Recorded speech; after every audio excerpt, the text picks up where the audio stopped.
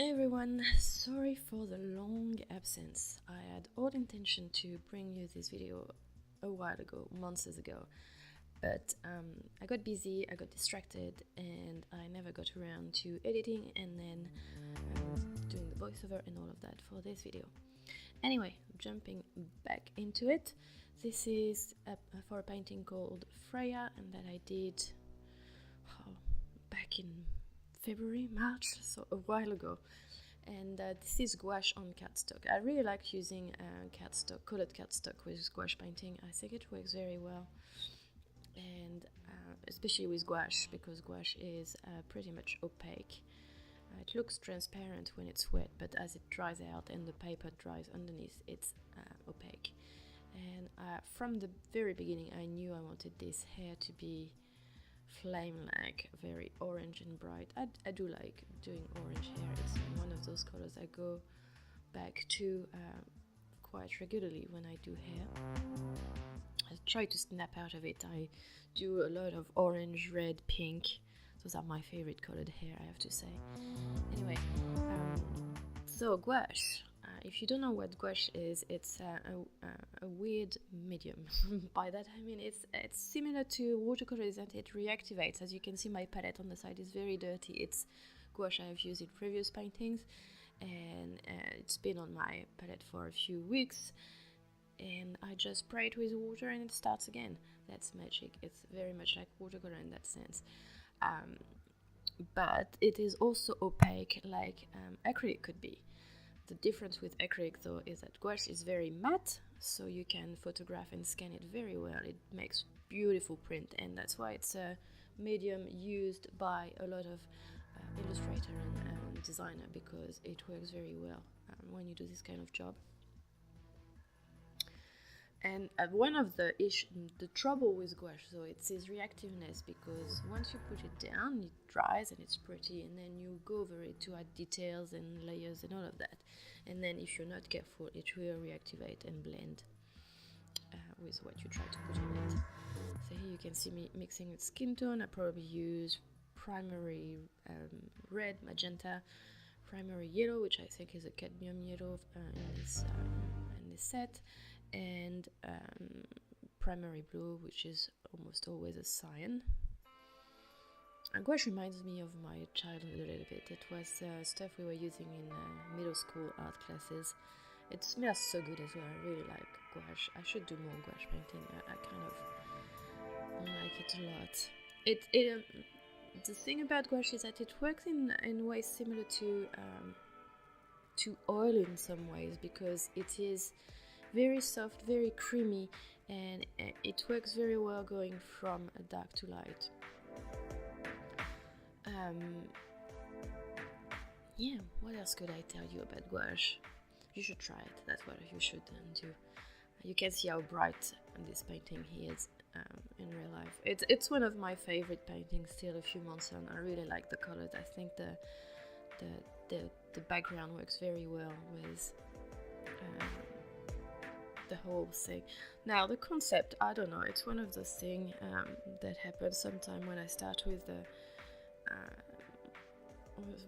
new sketch.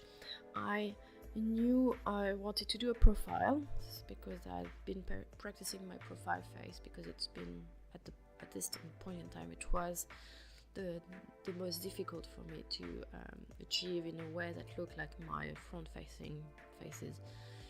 I could do a fairly realistic profile, but it didn't look like the same profile as my other faces, if that makes sense. I wanted something that was coherent in myself. Anyway, so I started with doing this profile, and then the hair, and then, I don't know, it just happened.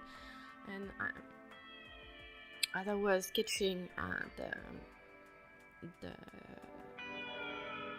the whole thing, sorry, I was looking at my painting here, I was thinking that she looked prisoner of her thoughts and trying to let them go, and the bubble on the side is kind of her thoughts and fears and all of that, and she's trying to let them go, but they're not really letting her go.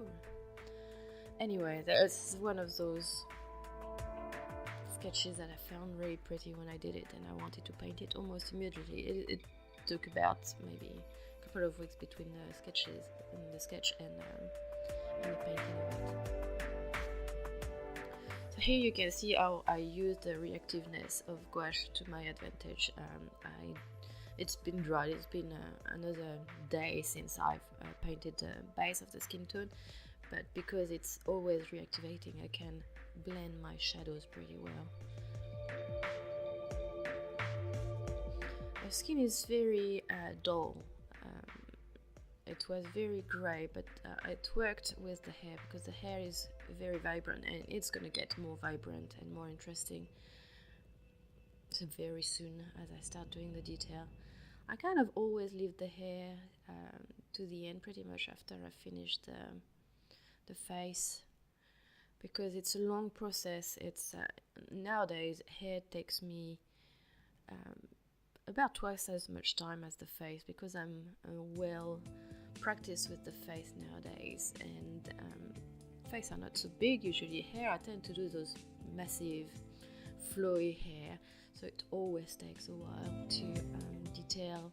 And you can see how I'm working it is that I am adding more curves and more lines to subdivide the hair, so it's not one massive big strand that I'm trying to detail.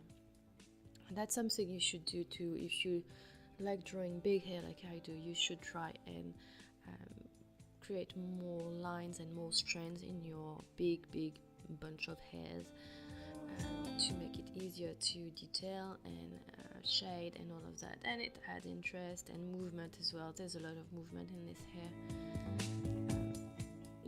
It's one of my favorite hair that I've painted to date, I have to say, this painting. It makes me happy. I still have the original, so if anyone is interested in getting the original, it's in my shop. I will put a link in the description box below. And yeah, you should definitely check it out. I also have prints. I've got small prints and full-size prints. I think the original is 8x10, so it fits wonderfully in a frame from the shop. You don't even have to take it to a framer. You can if you want to, but it will fit in a ready-made frame. That's always that, isn't it?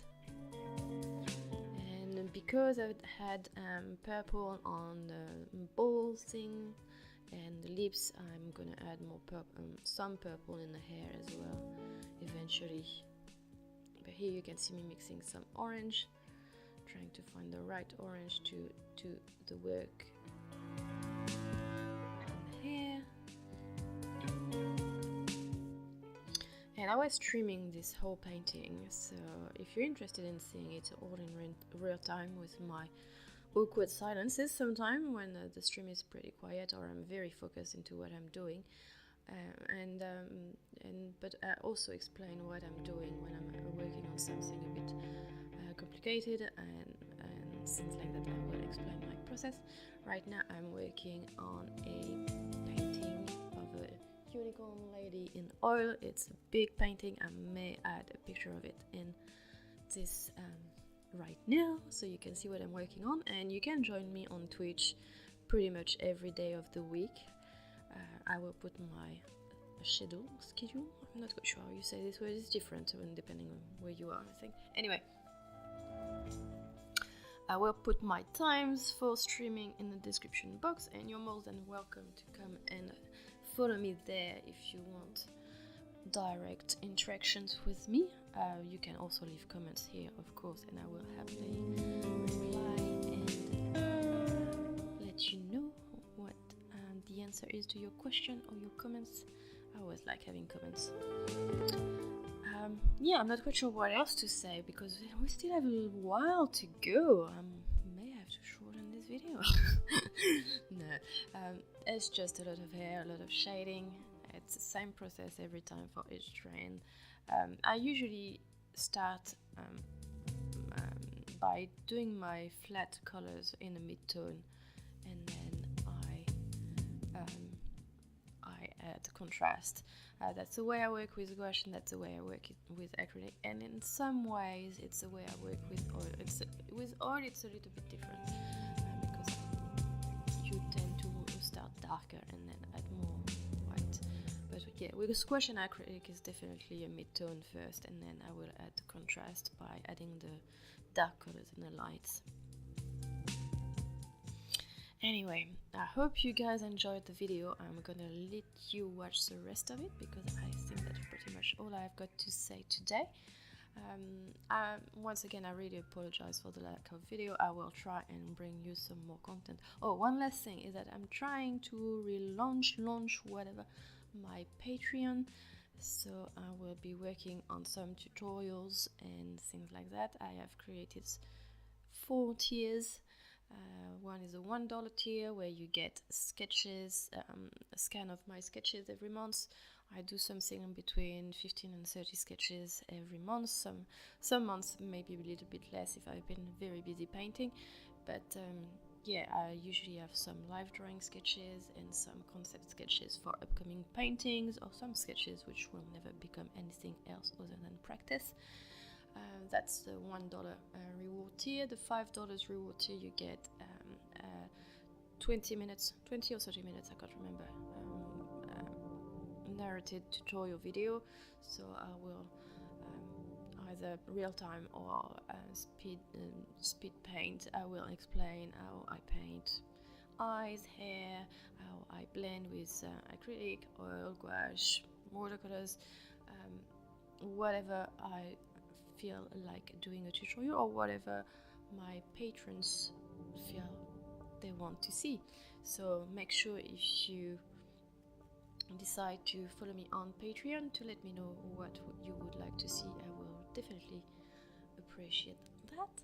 And then there's a $10 reward where you get the same tutorial, but as well you will receive a print every month of a painting, either a painting I've worked on that month or something a bit older if I haven't finished anything that month, which can happen because I'm working on bigger paintings at the moment. And then there's the $50 reward tier where you get to commission me a small painting in the medium of your choice. So the painting is 6x9, I think that's right, and you can choose acrylic, watercolor, gouache, oil. You're the boss, you tell me what you want. Alright, I think that's it for now. Thank you guys for watching. I'll see you hopefully very soon. I won't make any promises this time. Alright, enjoy the rest of your day and see you soon. Bye.